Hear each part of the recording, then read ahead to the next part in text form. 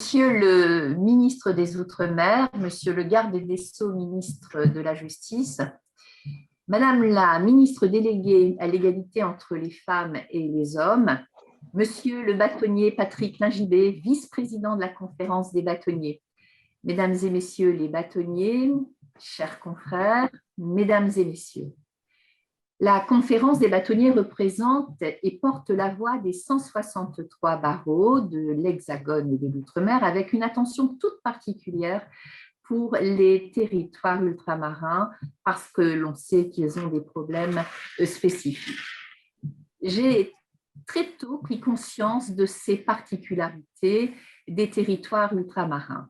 J'ai en effet effectué mon stage d'avocat, j'étais élève avocat à Basse-Terre, en Guadeloupe, et lorsque j'ai été élue première vice-présidente de la conférence, j'ai souhaité me rendre sur l'invitation de Monsieur le vice-président Lingibé, me rendre en Guyane où j'ai participé, je l'ai encore bien en tête, le 25 novembre 2019, à un colloque qui portait déjà sur les violences faites aux femmes et qui était organisé donc à l'initiative de l'école des avocats de Guyane. À cette époque, j'avais vraiment vu avec émotion le très beau film réalisé par Xavier Legrand et qui était intitulé Jusqu'à la garde et qui avait été d'ailleurs récompensé de la meilleure mise en scène à la Mostra de Venise en 2017 et maintes fois nominé aussi au César en 2019. Et j'avais à cette occasion, lors de mon déplacement en Guyane, rencontré et échangé avec plusieurs acteurs de terrain, et dont Madame Leslie Porte. Je me souviens très bien d'elle, présidente de l'association guyanaise L'Arbre Fromager, qui accomplissait un travail vraiment remarquable en écoutant, en accompagnant et en soutenant toutes ces femmes en difficulté et bien souvent ces femmes victimes de violences conjugales. La décision donc de créer en avril 2021, en avril de cette année, une délégation de l'Outre-mer au sein du bureau de la conférence des bâtonniers, sous la présidence de mon ami monsieur le bâtonnier Patrick Lingibé, s'est donc imposée comme une évidence. Il m'a vraiment semblé indispensable que ces problématiques très prégnantes soient enfin portées par une structure dédiée et qu'il soit apporté des réponses concrètes et idoines au niveau du gouvernement et notamment du ministère de la Justice dans l'intérêt des justiciables ultramarins. Monsieur le bâtonnier Patrick Lingibé, je le remercie à nouveau chaleureusement pour son investissement, connaît parfaitement les problématiques ultramarines et ses compétences sont vraiment unanimement reconnues. C'est à ce titre-là que mon prédécesseur à la conférence des bâtonniers, le président actuel du Conseil national des barreaux, Jérôme Gavaudan, lui avait confié en 2018 une mission. C'était une mission de diagnostic et de mise en lumière des difficultés rencontrées par les bâtonniers et les barreaux d'outre-mer. Cette mission faisait suite en réalité à un précédent rapport qui avait été remis en 2017 par le bâtonnier Lingibé au président donc, du Conseil national des barreaux et qui faisait état aussi de ces difficultés rencontrées en Outre-mer. Ce rapport, en fait, a été un document de référence parce que pour la première fois, il mettait en exergue, et ce de façon officielle, des particularités et des difficultés auxquelles sont confrontés nos confrères et les justiciables d'outre-mer. À l'occasion de l'Assemblée générale de la conférence des bâtonniers, qui a eu lieu au mois d'octobre 2019, le 22 octobre, le bâtonnier Lingibé présentait devant de nombreux parlementaires qui avaient été conviés à la conférence des bâtonniers les points importants de son rapport. Et le constat était très clair. La pauvreté dans les territoires d'outre-mer rend particulièrement difficile l'accès aux droits pour ses habitants et présente des difficultés difficilement compatibles avec les valeurs de notre République. Cette réalité inquiétante a été confirmée par l'ancien défenseur des droits, c'est-à-dire M. Jacques Toubon, à l'occasion d'une audition qu'il avait eue au mois de novembre 2019 devant la délégation aux Outre-mer du Sénat. Et je cite ce qu'il avait dit.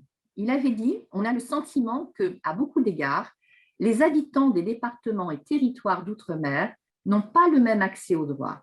Ils ont un accès aux droits inférieur à ce qui existe en métropole.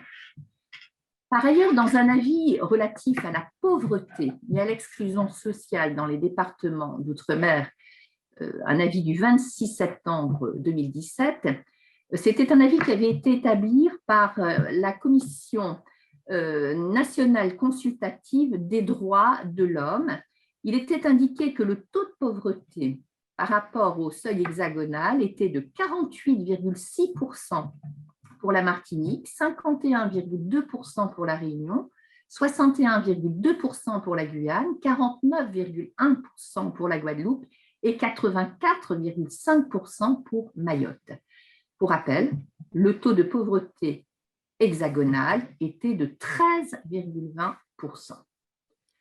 En juillet 2020, l'INSEE a publié pour la première fois des chiffres sur le taux de pauvreté et allait exactement dans le même sens que l'avis qui avait été donné par la Commission de recherche consultative des droits de l'homme.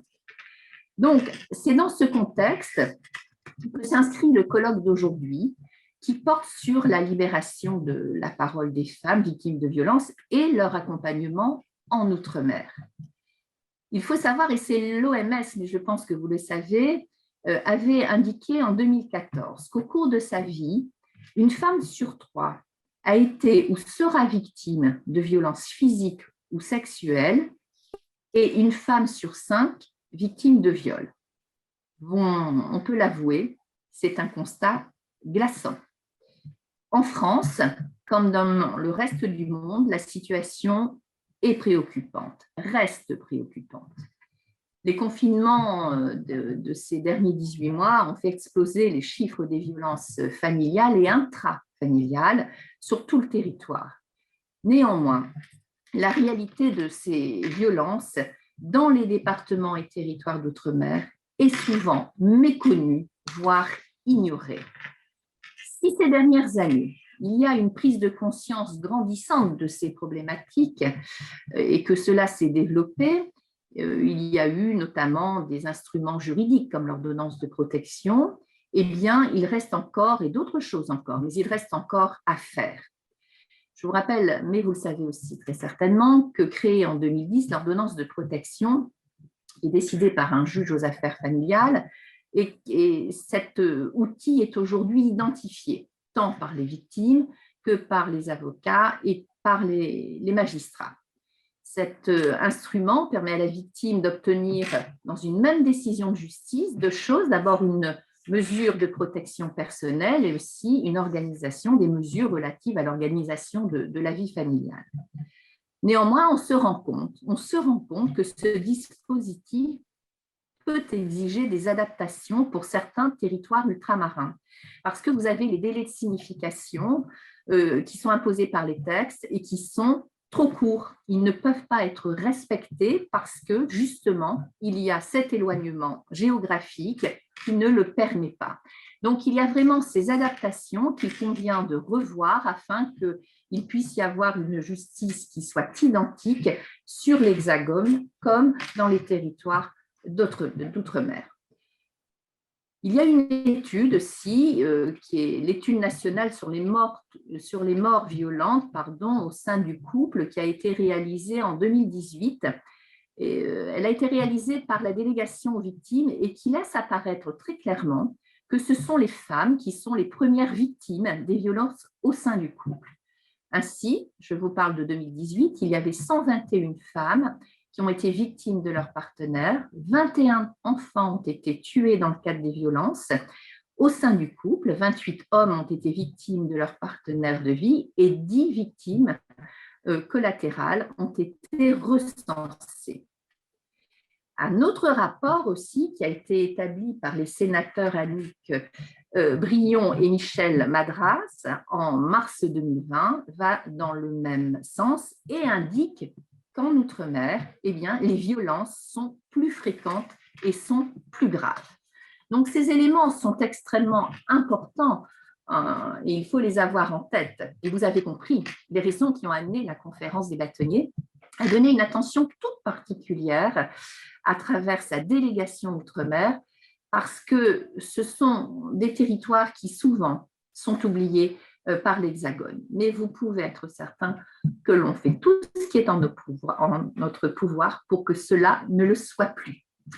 Alors moi, je suis convaincue que ce colloque permettra à tous les acteurs de terrain, aux bâtonniers des Outre-mer, de réfléchir et d'agir ensemble pour avancer dans ce combat, un combat de tous pour une cause nationale, et vraiment cette cause nationale qui est la lutte contre les violences faites aux femmes.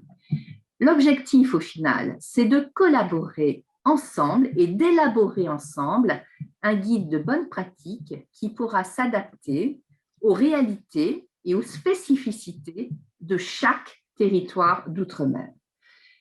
Vous pouvez être certain que la conférence des bâtonniers sera toujours à vos côtés.